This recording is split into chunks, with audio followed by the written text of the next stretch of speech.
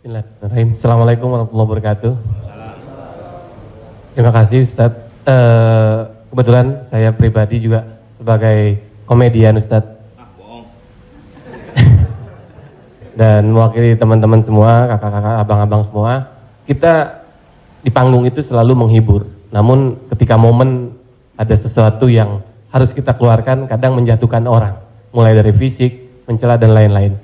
Yang saya mau tanyakan, apakah dengan niat kita menghibur menjadi catatan, apakah menjadi catatan dosa untuk kita? Terima kasih Ustaz. Ada seorang ulama dipanggil Imam Abu Hatim, tapi kemudian di ujung namanya itu ditambahkan kata Al-Asam. Asam diambil dari kata summum, bukmun, umyun. Umyun buta, bukmun bisu, summun tuli, peka. Jadi Abu Hatim Al-Asam artinya Abu Hatim peka, tuli. Secara bahasa itu menjatuhkan orang. Siapa itu? Itu Abu Hatim peka, Abu Hatim tuli. Karena ada beberapa orang, ada Abu Hatim, yang ini Abu Hatim peka, tuli. Tapi kenapa nama itu tetap tersemat di belakang namanya? Dan tidak ada ulama yang melarang menggunakan peka itu di belakang namanya. Karena dia tidak merasa dijatuhkan dengan itu. Lalu kemudian itu pula tidak menjatuhkan dia di depan orang banyak. Apa sebab kronologis dia dipanggil Al-Asam? Dia seorang ulama. Suatu ketika dia sedang duduk, datang seorang anak gadis bertanya fatwa kepada dia.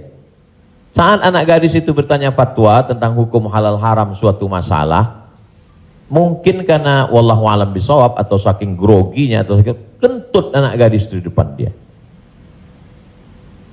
Dia ingin menjaga marwah, harkat, martabat anak gadis ini supaya jangan sampai merasa malu, maka dia diam, pura-pura nggak dengar. Akhirnya anak gadis itu nggak jadi malu, pulang dan dia cerita ke orang lain. Aku tadi mengalami begini dan aku kentut di depan Imam Abu Hatim. Terus apa komen dia? Ternyata Abu Hatim itu peka. Dipanggil orang Imam Abu Hatim Al-Asam, peka. Sampai akhirnya setelah anak gadis itu meninggal, Imam Abu Hatim Al-Asam panjang umurnya, meninggal anak gadis itu, barulah Abu Hatim mengatakan, aku sebetulnya nggak peka, hanya ingin menjaga kehormatan dirinya. Jadi kisah Abu Hatim Al-Asam dapat kita pahami dua makna. Satu sisi ada saatnya kita menjaga kehormatan orang sampai mati dia. Tapi ada satu sisi kalimat yang nampaknya menjatuhkan sebenarnya tidak menjatuhkan selama kita masih saling paham, saling memahami, saling mengerti.